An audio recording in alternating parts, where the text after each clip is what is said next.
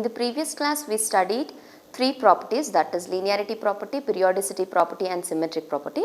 In today's session let us study the fourth property, that is multiplication of two DFTs and circular convolution. So the statement is, if we apply DFT to x1 of n, we get x1 of k. If the DFT is applied to x2 of n, we get x2 of k. Then x1 of n circular convolution with x2 of n gives us x1 of k into x2 of k. We need to prove this thing. So for that, what let us do is, I have considered an IDFT equation. So we all know IDFT of x of k, which is equal to x of n, that is equal to 1 by n. Summation k ranges from 0 to n minus 1, x of k e power j 2 pi k n by n, where the range of n is from 0 to n minus 1. So this is the range of n. Now in the statement, let us take the right hand side and let us prove the left hand side part. For that, I will consider these two product term as x3 of k. So in the IDFT equation, I will term this as x3 of k. Since this is the third DFT, so this becomes x3 of n. Similarly, here it becomes x3 of k. Now looking into this equation, what is x3 of k from the data? x3 of k is nothing but equal to x1 of k into x2 of k. Let us substitute the same thing in this equation. So if I substitute, x3 of n will be equal to 1 by n summation k ranges from 0 to n minus 1 x1 of k into x2 of k into e power j 2 pi k n by n. Now we know x1 of k is nothing but the DFT of x1 of n. x2 of k is nothing but the DFT of x2 of n. Now instead of x1 of k and x2 of k, let us write the DFT equation for these two sequence. So if I can write x3 of n as 1 by n summation k ranges from 0 to n minus 1. So instead of this, we can write it as summation m ranges from 0 to n minus 1 x1 of m into e power minus j 2 pi k m by n into, instead of x2 of k, I can write it as summation p ranges from 0 to n minus 1 x2 of p into e power minus j 2 pi kp by n.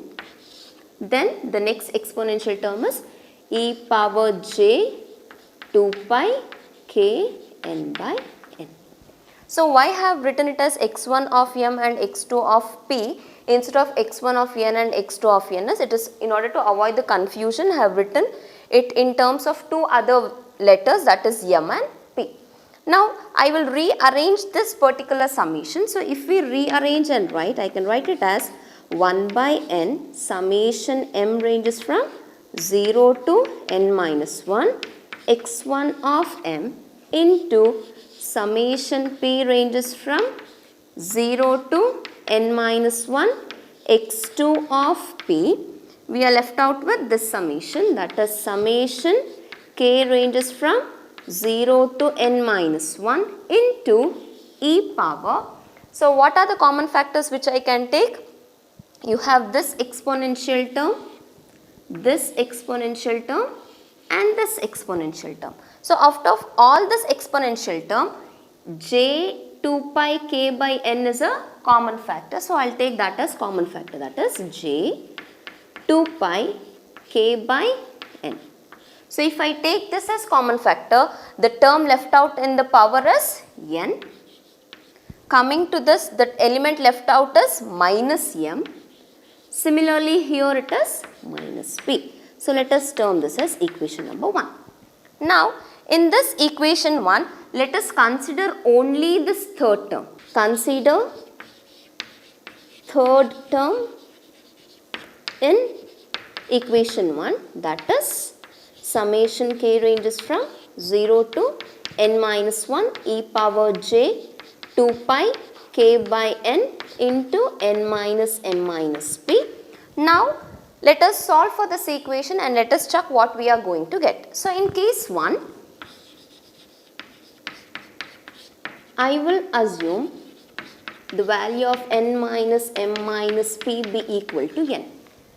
So if it is equal to n in the third term,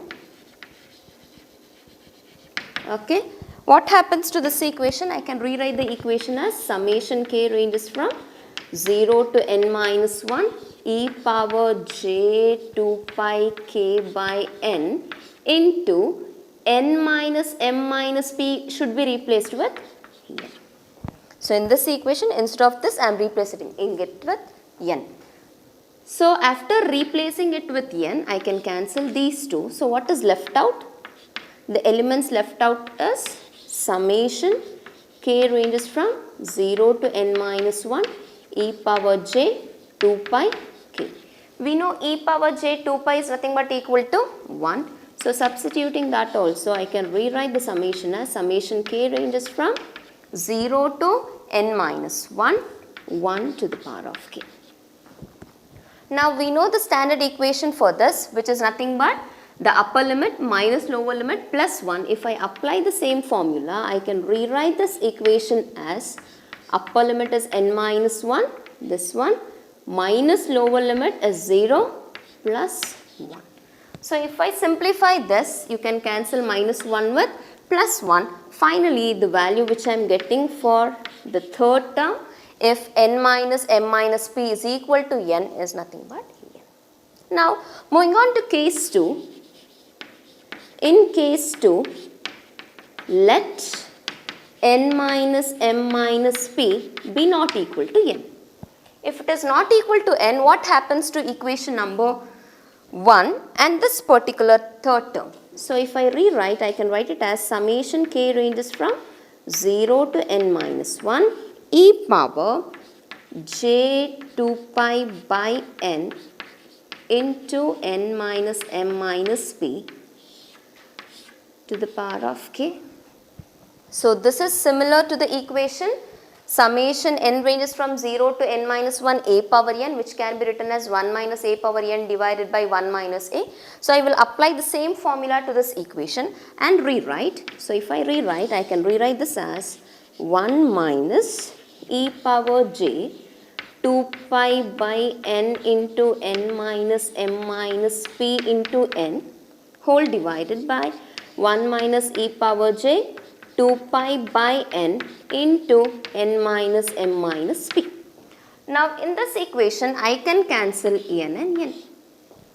So for all values of n minus m minus p, what happens to the exponential term and this entire exponential term? It becomes 1. If this becomes 1, so if I rewrite the equation, what will be the equation? 1 minus 1 whole divided by 1 minus e power j 2 pi n minus m minus p divided by n, which will tend to 0. So for all values of n minus m minus p, so this entire term tends to 1. So 1 minus 1 gives us 0. So this is the two cases which we get with respect to the third term from equation 1, that is this one. So what I have done is I have sum up and I have written the value for the third term. So it will be equal to n if n minus m minus p is equal to n. If it is not equal to n, it will tend to 0. Now I need to substitute the same thing in equation 1. So if I substitute the same thing in equation 1, so instead of this term, I need to replace it with n. So if I replace it with n, x3 of n will be equal to n 1 by n summation m ranges from 0 to n minus 1 x1 of m into summation p ranges from 0 to n minus 1 x2 of p into n. Now looking into this equation, what I can do? I can cancel n with n. So in the next step, let us rewrite this equation and let us see what we are going to get. Now I have written the equation after simplification. Now let us consider a substitution. If n minus m minus p be equal to ln, where L be equal to minus 1. If I substitute minus 1 here, it will be n minus m minus p, which is equal to minus n. I need to find out what is p in order to substitute it here. So, if I find out p, it will be equal to n minus m plus n, which is equal to p. So, now looking into this equation, what I can tell is for only one value of p, that is this one, we get the value for this entire x2 of p. So, there is no need to write the summation part. So, if I rewrite the entire equation with the substitution, your x3 of n will be equal to summation m ranges from 0 to n minus 1 into x1 of m into x2 of the value for p is nothing but equal to n minus m plus n, or we can rewrite this equation as summation m ranges from 0 to n minus 1 x1 of m into x2 of n minus m of n.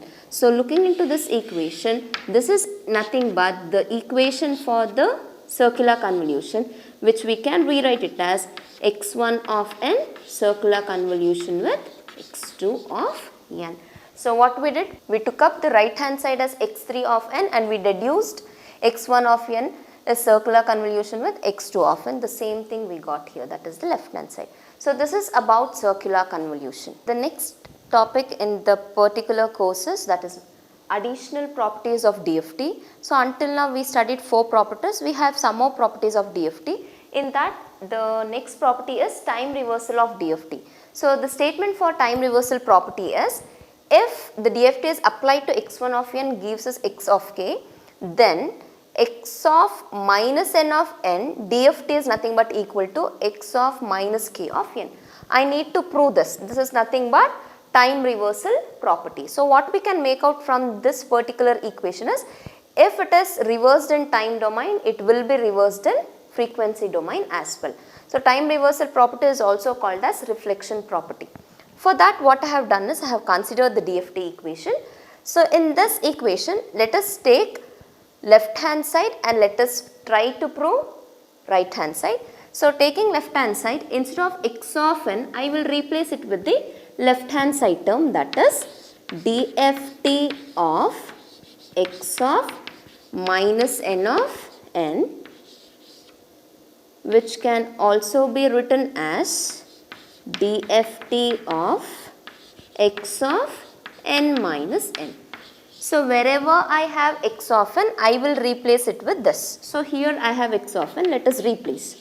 Summation n ranges from 0 to n minus 1 x of n minus n into e power minus j 2 pi k n by n. Now, let us take substitution for n minus n, that is, let n minus n be equal to n. So, if it is equal to L, what will be the value for n? So, n will be equal to capital N minus n.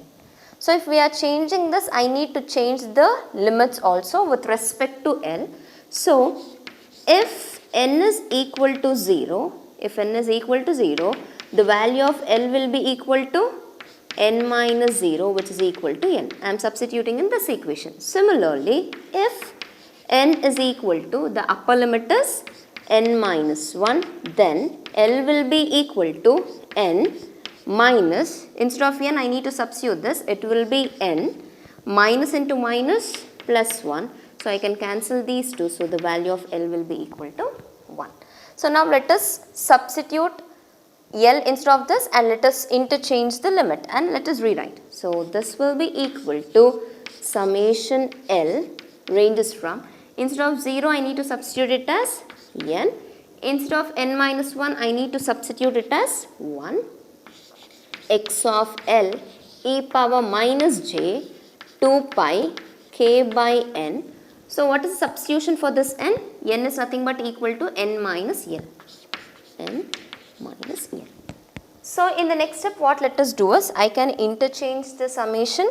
Since it is varying from 1 to n, it is having n number of samples, so but the fundamental frequency ranges from 0 to n minus 1, which also contains n number of samples. So I will rewrite the summation and let us multiply this exponential terms inside the bracket, and if we rewrite summation L ranging from 0 to n minus 1 x of L into e power minus j 2 pi k into n by n minus into minus plus e power j 2 pi k L by n. Now what I can do, I can cancel L and n. After cancelling n and n, we know for all values of k, e power minus j 2 pi k tends to 1. So instead of that I can rewrite it as 1. So if I rewrite the equation, we can rewrite it as summation L ranges from 0 to n minus 1 x of L e power j 2 pi k L by n. Now I need to prove this. In order to prove this, I need to add one more term. So what is that term? So let us assume it is nothing but multiplication with 1. So instead of 1, let us write it as e power j 2 pi L n by n minus. So why am I taking like this? If you rewrite this equation, it gives you x of n minus k. So I need to get this DFT equation in terms of x of n minus k only. So the common factor which I need to take between the two exponentials should be e power minus j 2 pi L by n. If I do so, the other terms will be n minus k. For this purpose, instead of 1, I am rewriting this extra substitution. So if we simplify by taking the common factor, summation L ranges from 0 to n minus 1 x of L into e power minus j 2 pi. So this should be pi 2 pi L divided by n. So what is left out here? It is capital N, and again here it is minus k. Now looking into this equation, it is similar to the DFT equation, that is summation n ranges from 0 to n minus 1 x of n e power minus j 2 pi k n by n. So when it was like that, how we were writing? We were writing it as x of k. Now instead of k, what we have? We have it as n minus k. So if I rewrite this entire term in terms of DFT, I can write it as x of n minus k. So if you rewrite this equation, we can rewrite this as x of minus k of n.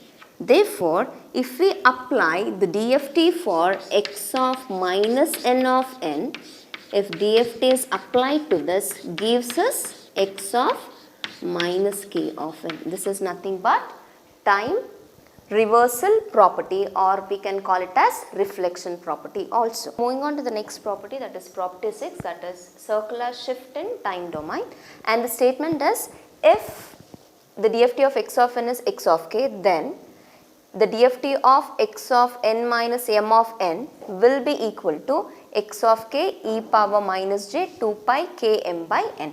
Now I need to prove this. So in order to prove this, what I have done is I have considered IDFT equation.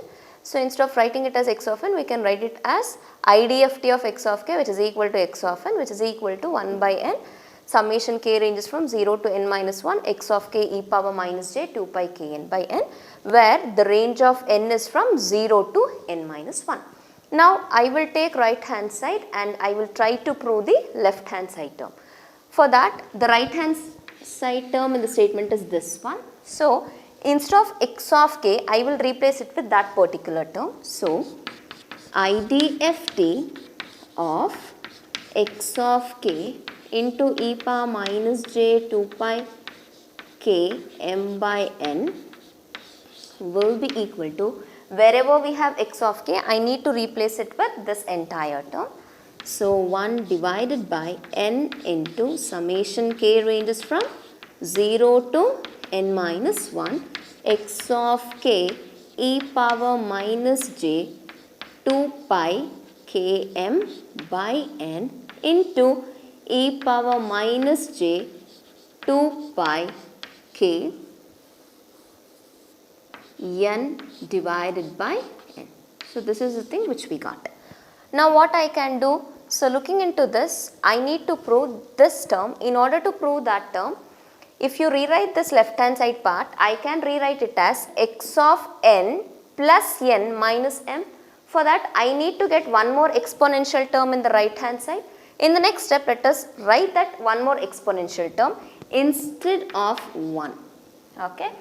If I rewrite this equation, I can rewrite it as 1 by n summation k ranges from 0 to n minus 1 x of k e power minus j 2 pi k m by n into e power minus j 2 pi k n by n into, instead of 1, I need to take one more exponential term as substitution, which gives the value as 1.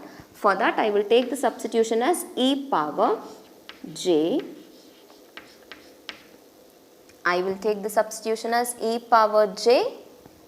So this has to be plus, this has to be plus.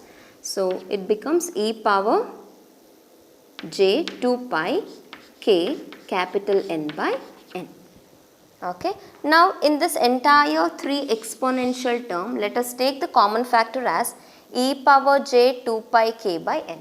So if I take the common factor, I can rewrite it as 1 by n summation k ranges from 0 to n minus 1 x of k e power j 2 pi k by n into, what is left out in this term? N is left out in this term, plus n. In this term it is minus m. Now looking into this equation, is this equation similar to our IDFT equation? Yes. So I can write it in terms of x of n. Yes. Whenever we had n, we were writing it as x of n. Now we have n plus n minus m. So how to write? I can rewrite this as x of n plus n minus m. So if I rewrite this, I can rewrite this as x of n minus m of n. So this is nothing but the proof for circular shift in time domain. What we are doing? We are shifting the signal in time domain, gives you this particular term in frequency domain. So this is about circular shift in time domain. In the next property, let us see what happens if we shift in frequency domain. The next property, that is property 7, which is circular shift in frequency domain. So previously we saw circular shift in time domain. Now let us see what happens in circular shift in frequency domain. The statement goes like this. If x of n dft is given by x of k, then if we apply dft to this entire term, it gives you x of k minus m of n. That is what we are doing. We are shifting in frequency domain. Previously we shifted the signal in time domain. Now we are shifting in frequency domain. In order to do this, let us take the left hand side part and try to prove right hand side. For that I have taken DFT equation, that is DFT of x of n, which is equal to x of k, which is given by summation n ranges from 0 to n minus 1 x of n e power minus j 2 pi k n by n, where k ranges from 0 to n minus 1.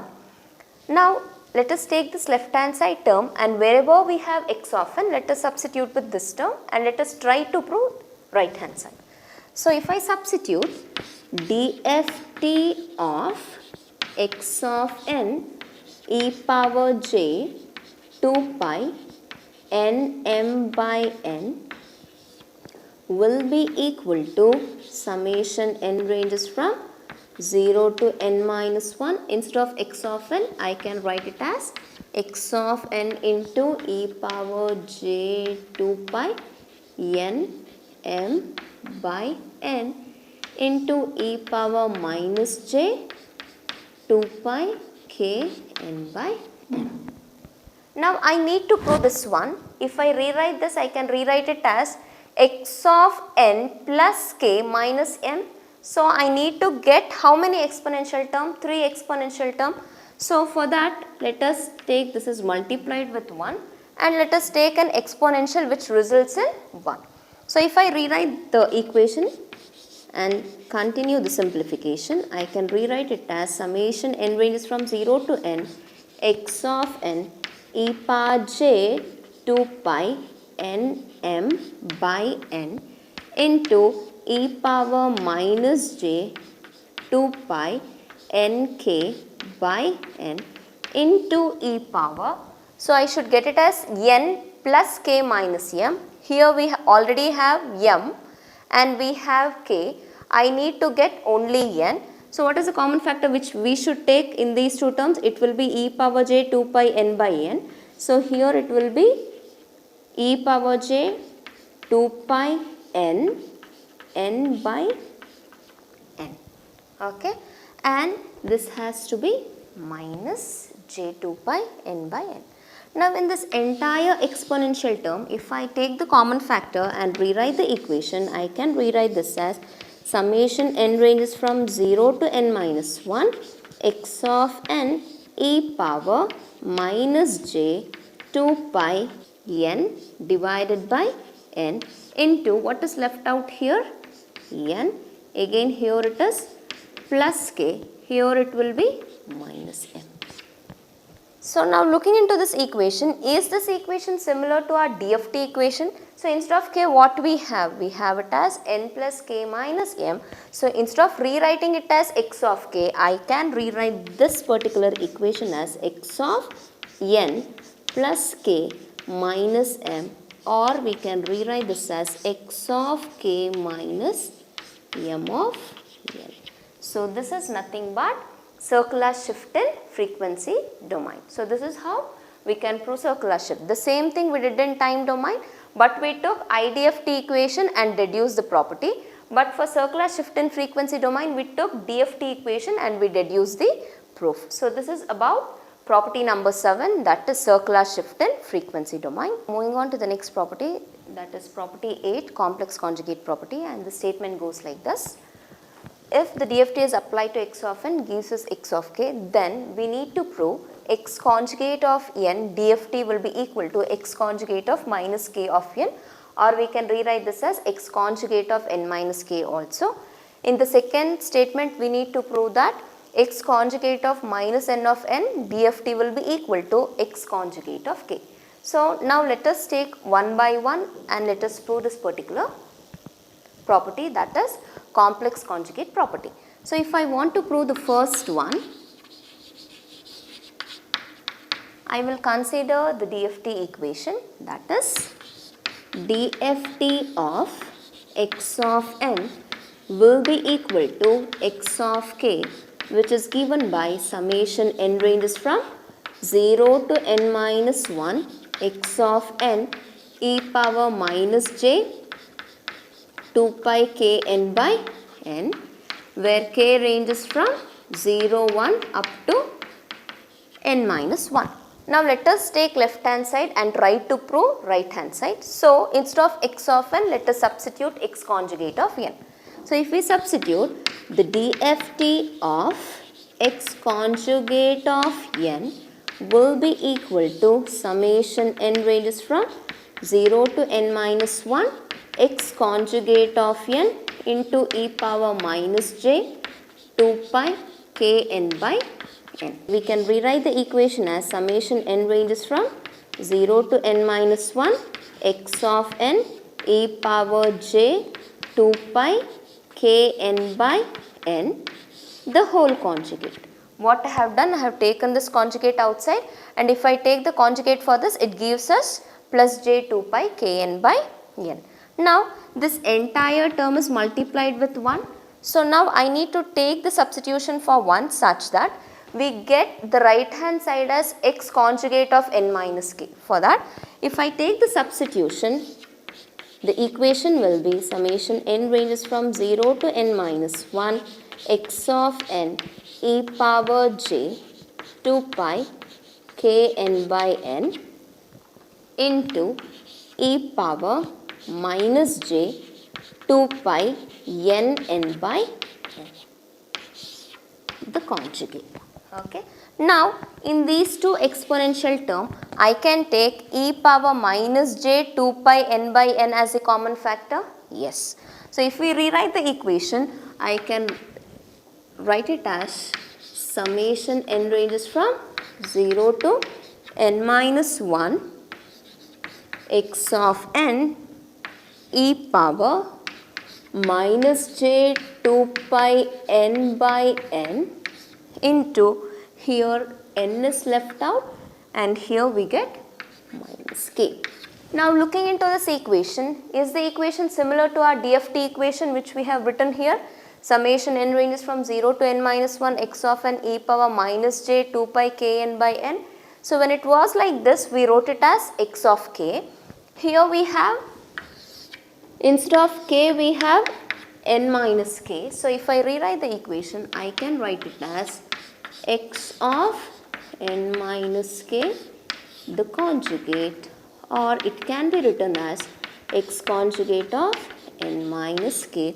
Therefore, x conjugate of n dft will be equal to x conjugate of minus k of n, or you can write this as x conjugate of n minus k also, which we proved. So this is with respect to the first one. Now let us try to prove the second one. So if we move for the second proof, this one I have taken the IDFT equation.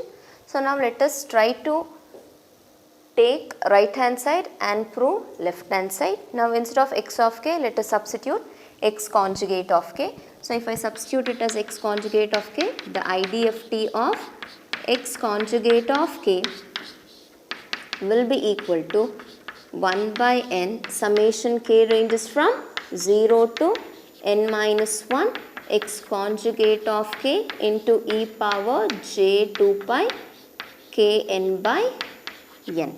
Now again let us take the conjugate outside for the entire term.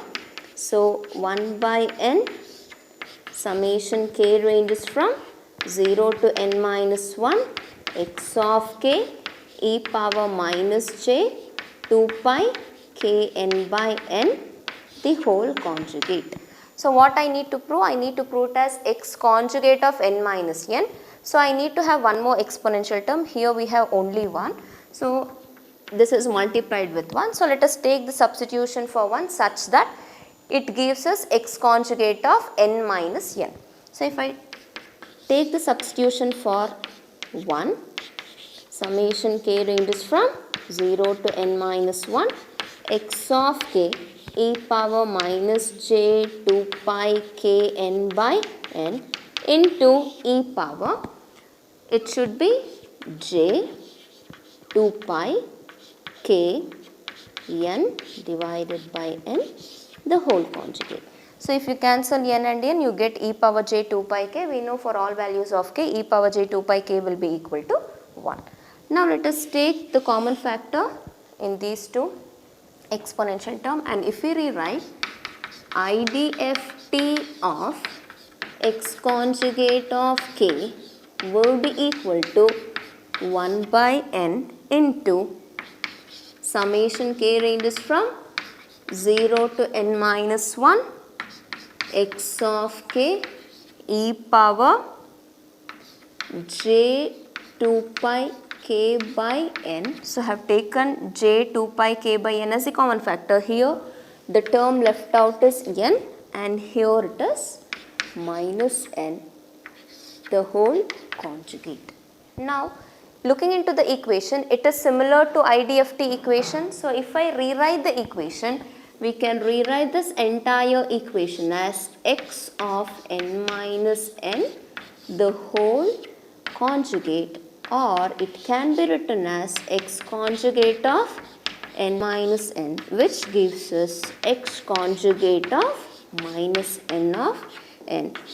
So this is nothing but the proof for the second statement of complex conjugate property, that is x conjugate of minus n of n DFT will be equal to x conjugate of k. We took right hand side and we proved left hand side.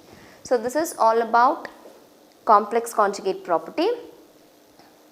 Now in today's class we saw additional properties. Before that we saw the basic property of DFT. Then we saw additional property. So we have few more additional property. After completing that, let us start solving problems on all this property. Thank you.